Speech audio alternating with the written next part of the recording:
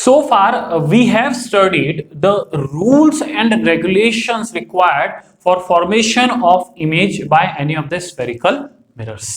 तो इन rules and regulation के basis पर हम यहां पर अब रे डायग्राम्स बना लेते हैं। शुरुआत करते हैं कॉन्केव मिरर के साथ। देखो बेटा, कॉन्केव मिरर की अगर मैं बात करूं तो यहां पर लगभग आप मान के चलिए कि हमारे पास 5 से 6 अलग अलग केसेस हैं।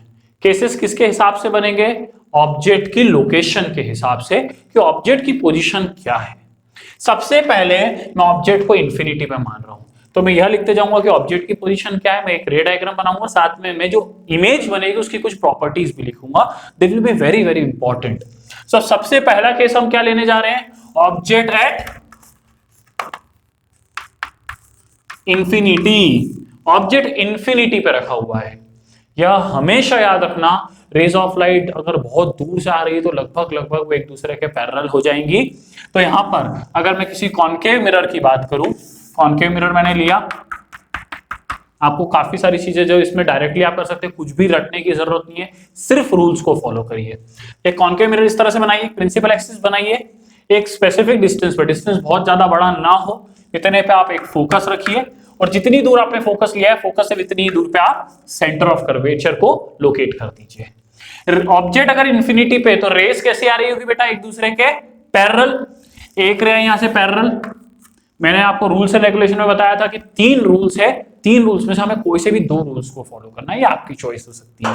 मैं पहला रूल देख रहा हूं कि अगर ray of light parallel to principal axis आती है तो कहां से पास होगी बेटा? रिफ्लेक्शन के बाद फोकस से। तो इस तरह से फोकस से पास हो गई। दूसरा रूल क्या बोलता है स्पेसिफिकली कि अगर फोकस से पास हुई तो रिफ्लेक्शन के बाद will become parallel to principal axis.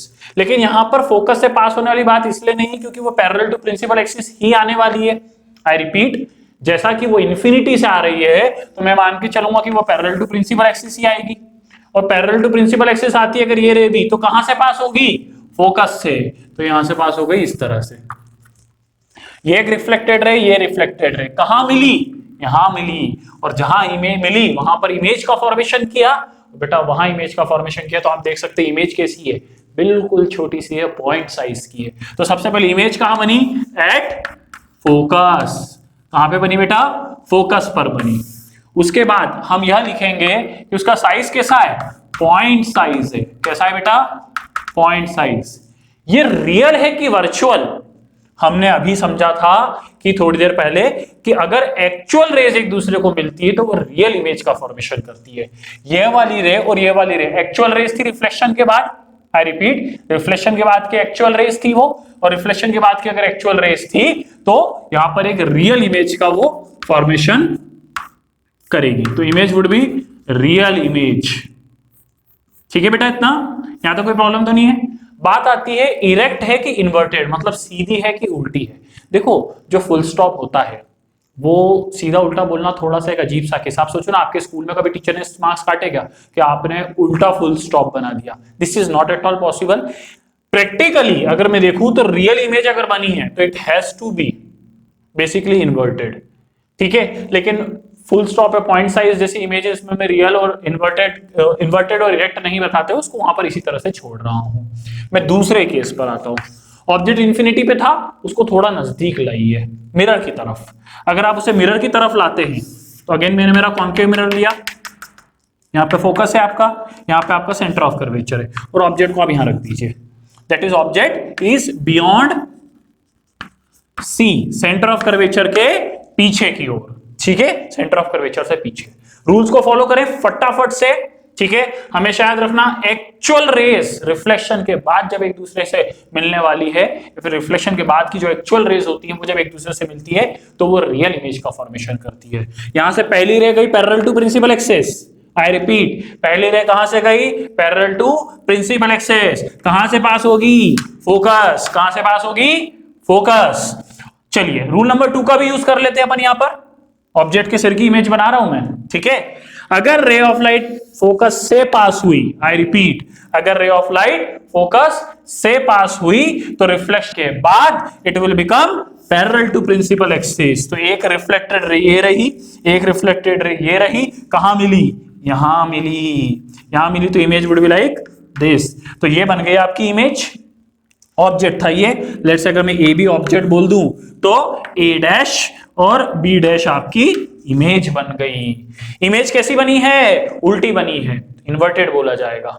तो सबसे पहले इस चीज को आप समझिए कि इमेज कहां बनी? एफ और सी के बीच में। So image is found between F and C, focus और सेंटर ऑफ कर्वेचर के बीच में। This is position location of the image. Image का साइज कैसा है? ऑब्जेक्ट के मुकाबले अगर आप देखें, अगर आपको क्लियरली दिख रहा हो तो ऑब्जेक्ट बड़ा है, इमेज छोटी है। छोटे को हम यहां पर क्या बोलेंगे? डिमिनिश्ड। तो इमेज कैसी बनी है? डिमिनिश्ड। डिमिनिश्ड मतलब ऑब्जेक्ट से वो छोटी है। वहीं पर रियल है कि वर्चुअल? देखिए रिफ्लेक्शन के बाद एक्चुअल रेज एक दूसरे से मिली है तो इमेज फॉर्म्ड इज रियल। और रियल के साथ साथ कैसी है? इन्वर्टेड। कैसी है बेटा? इन्वर्टेड। आपने प्रैक्टिकली कभी चम्मच के काफी नजदीक जाइएगा, देखिएगा तो वो उल्टा आपको फेस देखने को दिखाई मिलेगा वहां पर। That is inverted image.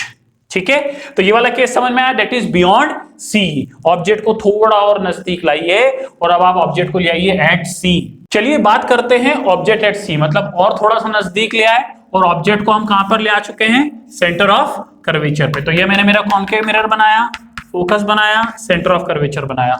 Practically थोड़ा सा मुश्किल पड़ता है, लेकिन कॉपी पर, नोटबुक पर अगर आप एग्जैक्ट डायमेंशंस लेंगे, मतलब जितनी ये लेंथ है उतनी लेंथ यहां पर भी लेंगे, तो रे डायग्राम्स वुड बी परफेक्ट। मान लीजिए ऑब्जेक्ट को मैंने यहां रखा सेंटर ऑफ कर्वेचर पर। अगर मैं ऑब्जेक्ट को सेंटर ऑफ कर्वेचर पर ही रखता हूं और पहली ray parallel to principal axis भेज दूं बच्चों, तो वो रिफ्लेक्शन के बाद कहां से पास होगी? फोकस से पास होगी। कहां से पास होगी बेटा? फोकस से क्रॉस होगी। ठीक उसी तरह अगर मैं उसे फोकस से भेजूं, मतलब रे of light passing through focus, अगर वो फोकस से जाती है तो रिफ्लेक्शन के बाद will become parallel to principal axis इस तरह से। तो आपकी इमेज का फॉर्मेशन एग्जैक्टली कहां हो जाएगा? Centre of curvature. रिपीट, पहली ray parallel to principal axis गई, कहां से पास हुई?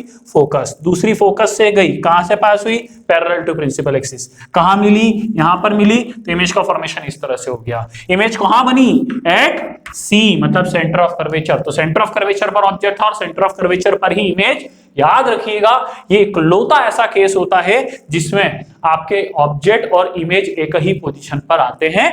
वो बात अलग है कि हाँ ठीक है, ऑब्जेक्ट जैसा था, ठीक उसकी उल्टी इमेज बन रही है। इमेज कैसी बनी है? रियल बनी है। साइज कैसा है? सेम साइज है। आप नोटबुक पे बनाएंगे तो एग्जैक्टली आपको सेम साइज मिलेगा। और सीधी है या उल्टी है? उल्टी है, तो हम उसे क्या कहेंगे? इन्वर्टेड। क्या बोलेंगे बच्चों? इन्वर्टेड। ठीक है, तो हमारे अभी तक हम 3 केसेस को समझ सके। अच्छी चीज है कि तीनों केसेस में रियल इमेज का फॉर्मेशन हुआ है। अगले केस की तरफ बढ़ते हैं। अगले केस में अपन ऑब्जेक्ट को थोड़ा और आगे बढ़ाइए। ऑब्जेक्ट को थोड़ा सा अगर आप और आगे की तरफ बढ़ाते हैं, that is between F and C, focus और सेंटर ऑफ कर्वेचर के बीच में आपका ऑब्जेक्ट है। अगर ऐसा होता है तो देखिए यहां पे मैंने फोकस बना दिया,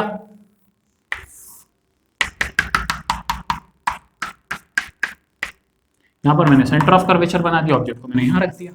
ठीक है, तो rule number 1, if the ray of light goes parallel to principal axis after reflection will pass through focus. वो कहां से पास हो जाएगी बच्चों?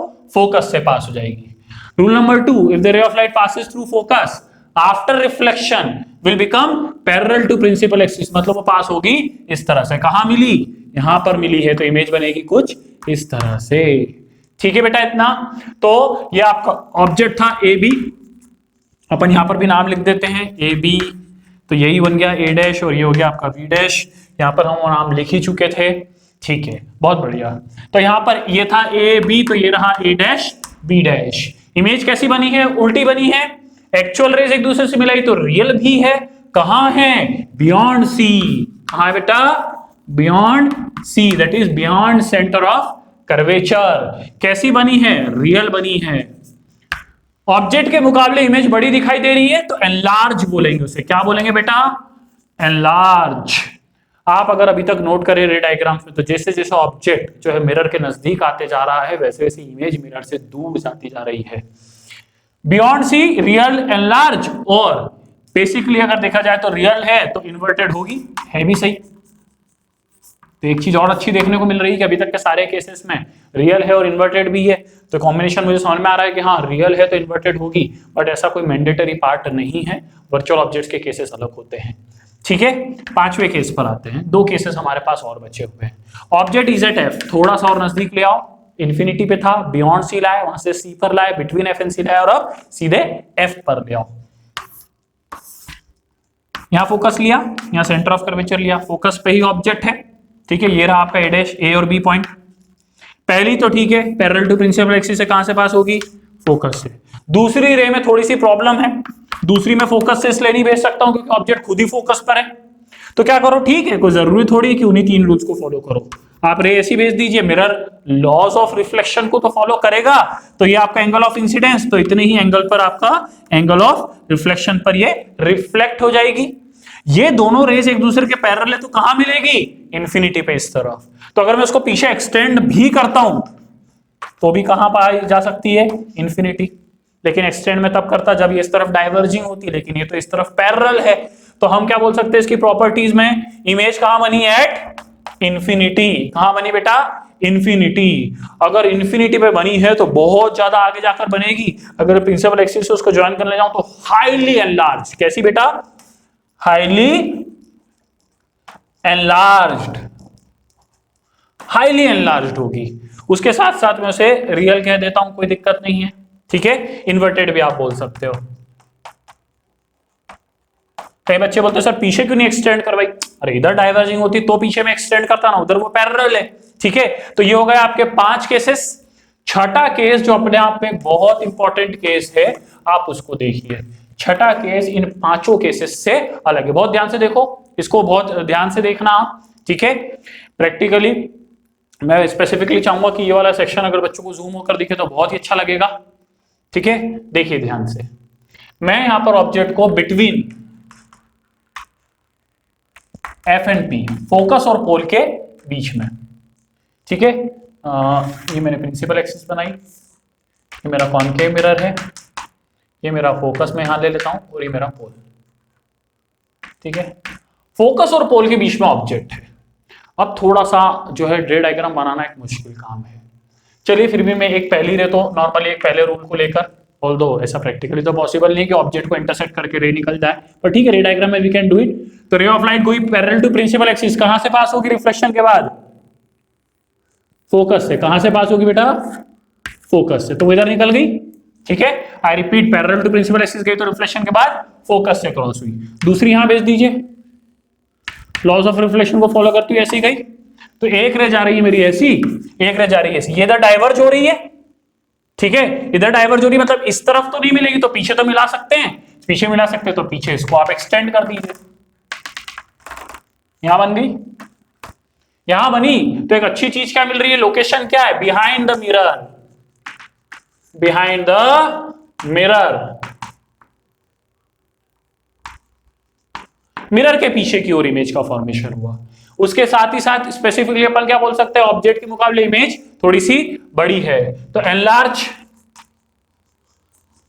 पांचों केस जो पहले थे, पहला दूसरा तीसरा चौथा और पांचवा केस, उन सब में एक रियल इमेज का फॉर्मेशन हुआ था। क्यों, क्योंकि एक्चुअल रेज एक दूसरे से मिल रही थी। बेटा यहां एक्सटेंडेड रे एक दूसरे से मिली है, और एक्सटेंडेड रे मिली तो इमेज कौन सी होगी, वर्चुअल होगी। ध्यान से देखिए, कौन सी होगी, वर्चुअल होगी। तो मैंने यहां पर वर्चुअल बनाया। साथ में आप एक चीज और नोट कर सकते हैं, ऑब्जेक्ट सीधा था, इमेज भी सीधी है। पहले 5 केस में इमेज उल्टी बनी थी, रियल थी, इन्वर्टेड थी। अब की बार आपकी वर्चुअल है और साथ में इरेक्ट है, वर्चुअल है और इरेक्ट है। मतलब पहले 5 केस में कॉनकेव मिरर ने सारी रेस को एक दूसरे की तरफ कन्वर्ज करके मिलाया था, उसलिए रियल इमेज बनाई थी। इसने डाइवर्ज कर दिया, इसीलिए हम यह बोलते हैं कि कॉनकेव मिरर हमेशा कन्वर्जिंग नहीं होता है। एक केस उसमें ऐसा जरूर आता है जिसमें वो डाइवर्जिंग बिहेव करता है। So concave mirror is not always converging, it is diverging too. ये छठा केस हमें समझा रहा है। 6th केस में ये जस्टिफाई हो रहा है कि वो डाइवर्ज भी करता है, इरेक्ट इमेज भी बनाता है, वर्चुअल इमेज भी बनाता है। तो कई बार टीचर्स पूछते हैं कि आप कॉनकेव मिरर को कैसे डिफाइन करेंगे, तो कॉनकेव मिरर में बच्चे बोल देते हैं it always forms real image. नहीं नहीं, मेजॉरिटी बात सही है कि पहले 5 केस में रियल इमेज बनी, बट आपका जो छठा केस था उसमें वर्चुअल इमेज का फॉर्मेशन हुआ है। वहीं पर दोस्तों it is not always converging, it is diverging also. 6th case में उसने डाइवर्ज करा है रेस को, आप देख सकते हैं। श्योर?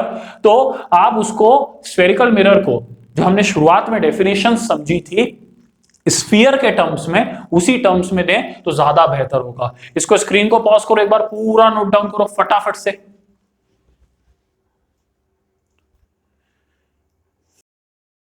बच्चों कॉन्केव मिरर से हमने सारे रे डायग्राम्स देख लिए, कॉन्वेक्स मिरर के भी रे डायग्राम देख लेते हैं। अच्छी चीज ये है कि कॉन्केव मिरर में आपके 6 अलग अलग केसेस बन गए थे, लेकिन जो आपका कॉन्वेक्स मिरर है उसमें सिर्फ और सिर्फ 2 ही केसेस बनना है। देखिए बहुत ध्यान से देखिए कैसे और क्यों। आपका कॉन्वेक्स मिरर होगा ऐसा, आपकी प्रिंसिपल एक्सिस होगी ऐसी। ऑब्वियसली अगर मैं इसका स्फीयर पूरा करता तो वो इस तरफ पूरा होगा, तो आपका फोकस और सेंटर ऑफ कर्वेचर इस तरफ आना है। तो अगर मैं ऑब्जेक्ट को इस लेफ्ट हैंड साइड पर रखता हूं तो ये वाला पूरा पार्ट तो एक जैसा ना, मैं यहां रखूं या यहां रखूं या यहां रखूं, उससे फर्क क्या पड़ता है। इसलिए मेरे पास सिर्फ 2 ही अलग अलग पोजीशंस ऑब्जेक्ट की हो सकती है। पहली हो सकती है एट इंफिनिटी, ऑब्जेक्ट इंफिनिटी पर है। इंफिनिटी पे तो रे ऑफ लाइट कैसे आएगी बेटा? पैरेलल। अब प्रॉब्लम समझो, रूल्स रेगुलेशंस में हमने क्या समझा था कि अगर ray of light parallel to principal axis आती है तो कहां से पास होगी? फोकस से। मतलब ये अगर यहां से आती है तो इसको पास होना चाहिए फोकस से, लेकिन यहां मिरर है, मिरर में से रे ऑफ लाइट इस तरह से आर पार तो जा नहीं सकती है, उसको तो रिफ्लेक्ट होना होगा। लेकिन यस, अपन रूल को थोड़ा मॉडिफाई कर दो। अभी तक हम यह बोलते आ रहे थे कि अगर वो पैरेलल टू प्रिंसिपल एक्सिस आती है तो रिफ्लेक्शन के बाद आपके फोकस से पास होगी। अब हम यह बोलेंगे कि वो इस तरह से रिफ्लेक्ट होगी कि वो कहां से आती हुई लगे? फोकस से। मतलब ये कहां से आती हुई लग रही होगी? फोकस से। तो ये जब जाएगी तो क्या लगेगा कि कहां से गई है? फोकस से गई है। ठीक इसी तरह ये जाएगी तो कैसी लगेगी? कहां से गई है? फोकस से गई है। ये रही आपकी एक रिफ्लेक्टेड रे, ये रही आपकी दूसरी रिफ्लेक्टेड रे। क्या ये इस तरफ कभी भी एक दूसरे से मिलेगी? नहीं, ये डाइवर्ज हो रही है। तो पीछे तो मिलेगी, पीछे मिलेगी तो आप इसको इस तरह से एक्सटेंड करिए, तो यहां आपकी एक्सटेंडेड रेज मिलेगी। तो इमेज कहां बन गई? At focus. कहां पर बन गई बेटा? फोकस। कैसी बनी? पॉइंट साइज बनी। रियल है कि वर्चुअल? Certainly virtual. क्यों? क्योंकि एक्सटेंडेड रेज एक दूसरे से मिलकर बनी है। रिफ्लेक्शन के बाद अगर एक्सटेंडेड रेज एक दूसरे से मिली तो इमेज वुड बी वर्चुअल। तो इमेज कैसी बनी बेटा? वर्चुअल बनी। ठीक है, ये समझ में आ गया? ठीक है, बहुत बढ़िया। अगला दूसरा वाला जो केस है, जैसा मैंने आपको अभी समझाया, ध्यान से देखिए। यहां पर अगर ना आप वापस से अगर एक कॉन्वेक्स मिरर बनाते हैं तो फोकस और सेंटर ऑफ कर्वेचर इस तरफ होंगे, तो ऑब्जेक्ट को आप यहां रख दीजिए। अगेन आप यहां कहीं भी रखेंगे तो वो बिहाइंड द मिरर ही तो कहलाएगा। कॉन्केव मिरर में क्या था बेटा? फोकस, सेंटर ऑफ कर्वेचर, वो सब ऑब्जेक्ट की तरफ थे, तो उसके हिसाब से उसकी लोकेशन डिफाइन करी जा सकती थी। यहां पर तो फोकस और सेंटर ऑफ कर्वेचर दूसरी तरफ है, तो ये वाला जो पूरा पार्ट है लेफ्ट का, ये तो कॉमन पॉइंट है सारे। तो अब दूसरा केस क्या बोल रहे हैं? Not at focus. फोकस पे नहीं है, ये मेरा दूसरा हो गया, ये आपका पहला पॉइंट था। ठीक है, अब अगर नहीं है तो पहली रे कहां से गई? Parallel to principal axis. Reflection कैसा होगा कि कहां से आती हुई लगे? फोकस से आती हुई लगे, तो ये रिफ्लेक्ट हो गई बेटा यहां से। दूसरी रे का क्या करें? अब पैरेलल तो जा नहीं सकती, एक चले गई तो ऑब्जेक्ट है, वो तो इंफिनिटी से आ रही थी, इसलिए मैंने 2 रेस पैरेलल ले ली थी। दूसरी रे आप नॉर्मली भेज दीजिए ऐसे ही, सिंपल। तो लॉज ऑफ रिफ्लेक्शन को तो फॉलो करेगी, लॉज ऑफ रिफ्लेक्शन को फॉलो करती है तो इस तरह से चले जाएगी। ठीक है, angle of incidence is equal to angle of reflection के टर्म्स में। तो ये रही आपकी एक रिफ्लेक्टेड रे, ये रही आपकी दूसरी रिफ्लेक्टेड रे। क्या इस तरफ कभी भी एक दूसरे से मिलेगी? नहीं। तो किधर मिल सकती है? पीछे। तो इसको एक्सटेंड करो, उसको एक्सटेंड करो, कहां मिल रही है? यहां पर। तो ये रहा आपका इमेज। आप देख सकते हैं यहां पर एक इमेज का फॉर्मेशन जो हुआ है। अगेन पिछले वाले केस की ही तरह जो एक सिमिलरिटी दिख रही है वो ये कि एक वर्चुअल इमेज बनी है, उसी तरफ बनी है जिस तरफ ऑब्जेक्ट नहीं है, मतलब सामने की साइड, अपोजिट साइड पर बनी है। ठीक है, तो विल से इमेज कहां बनी? Between pole and focus. ये आपका पोल है। ठीक है, कैसी बनी है? वर्चुअल बनी है। वर्चुअल क्यों बेटा? क्योंकि रिफ्लेक्शन के बाद जो रेज थी उनकी एक्सटेंडेड रे जाकर वहां मिली है। वर्चुअल है, इरेक्ट भी है। ठीक है, ऑब्जेक्ट के मुकाबले अगर इमेज को देखें तो छोटी है, दैट इज डिमिनिश्ड। ठीक है बेटा, यहां तक कोई प्रॉब्लम तो नहीं है। तो आप देखो कहां बनी है, बिटवीन पी एंड एफ। कैसी बनी है, वर्चुअल। कैसी है, सीधी है, ऑब्जेक्ट जैसा था वैसी की वैसी, इन्वर्टेड नहीं बनी है, तो इरेक्ट है और डिमिनिश्ड है। इसका मतलब यह है कि आपका जो कॉन्वेक्स मिरर होता है वो हमेशा वर्चुअल इमेज का फॉर्मेशन बनता है। अनलाइक आपका जो कॉन्केव मिरर था, उसके पहले 5 केस में आपकी क्या बन रही थी, आपकी रियल इमेज। छठे केस में जाके उसने वर्चुअल बनाई थी, मतलब वो रियल और वर्चुअल दोनों बनाता है। लेकिन आपका जो कॉन्वेक्स मिरर है वो सिर्फ और सिर्फ वर्चुअल इमेज का फॉर्मेशन करता है। इमेज हमेशा ऑब्जेक्ट से छोटी होती है। कॉन्केव मिरर के केस में इमेज का जो साइज था वो वेरिएबल था, जैसे जैसे ऑब्जेक्ट पास आते जा रहा था इमेज दूर जा रही थी और बड़ी होती जा रही थी। लेकिन वहां पर आपने ये भी देखा था कि इमेज की साइज ऑब्जेक्ट से ज्यादा बड़ी भी थी, लेकिन यहां इमेज हमेशा ऑब्जेक्ट से छोटी है। सिर्फ आपकी इरेक्ट इमेज ही बनी है, इन्वर्टेड नहीं बनी है दोनों केसेस में। वहां पर इन्वर्टेड भी थी, इरेक्ट भी थी। कहां पर, कॉन्केव मिरर के केस में। मतलब एक चीज बहुत क्लियर समझ में आई कि जो कॉन्वेक्स मिरर होता है वो सिर्फ और सिर्फ वर्चुअल इमेज बनाएगा और इरेक्ट इमेज बनाएगा और डिमिनिश्ड इमेज बनाएगा। इस जो दो लास्ट पॉइंट मैंने बोले हैं, कौन से, इरेक्ट और डिमिनिश्ड, इसी प्रॉपर्टी की वजह से इसको गाड़ी के साइड व्यू मिरर में लगाते हैं हम, ताकि हम व्हीकल चलाते वक्त हमारे साइड व्यू मिरर में अगर देखें तो पीछे की तरफ जो गाड़ियां आ रही होती है वो एक ऑब्जेक्ट होंगी, तो उनकी एक पूरी की पूरी इमेज दिखे। मतलब वो जो अगर कोई ट्रक आ रहा है तो वो छोटा होकर दिखे, तो आपको ऑब्वियस सी बात है एक डिमिनिश्ड इमेज चाहिए होगी। सीधा दिखे, अदरवाइज आप सोचो कॉन्केव मिरर लगा देते तो ऐसा उल्टा दिखाई देता, हवा में टायर घूम रहे हैं, would have been difficult for you. तो हमने क्या करा, वहां पर एक चीज क्या करी कि भैया आपको एक सीधी इमेज चाहिए और साथ में छोटी, ताकि पूरा ट्रक दिख सके। तो प्रैक्टिकली हमने सीधी इमेज दिखाने के लिए तो प्लेन मिरर भी लगा सकते थे, लेकिन height of image height of object match करते, इतना बड़ा ट्रक तो दिखाई दे नहीं सकता है तो छोटे से मिरर के अंदर। तो हमने एक चीज कर दी कि यहाँ पे कॉन्वेक्स मिरर गाड़ी के साइड व्यू मिरर में लगा दिया, ताकि आपकी डिमिनिश्ड और इरेक्ट इमेज का फॉर्मेशन हो सके, जिसको हम मिरर में पूरी तरह से पीछे देख सके और एक लार्ज एरिया, लार्ज कवरेज उस छोटे से मिरर में शो हो सके। So this is all about the image formation by concave and convex mirror. जहां पर डिफरेंस की अगर मैं बात करूं तो यह बोलना गलत होगा कि concave mirror is always converging, वो डाइवर्जिंग भी है, लेकिन ये पूरी तरह से सही है कि जो आपका कॉन्वेक्स मिरर है it is always diverging, it is never converging. ठीक है, तो कॉन्केव मिरर कन्वर्जिंग भी होगा, डाइवर्जिंग भी होगा, कॉन्वेक्स मिरर सिर्फ और सिर्फ डाइवर्जिंग होगा। स्क्रीन को पॉज करके आप नोट कर सकते हैं।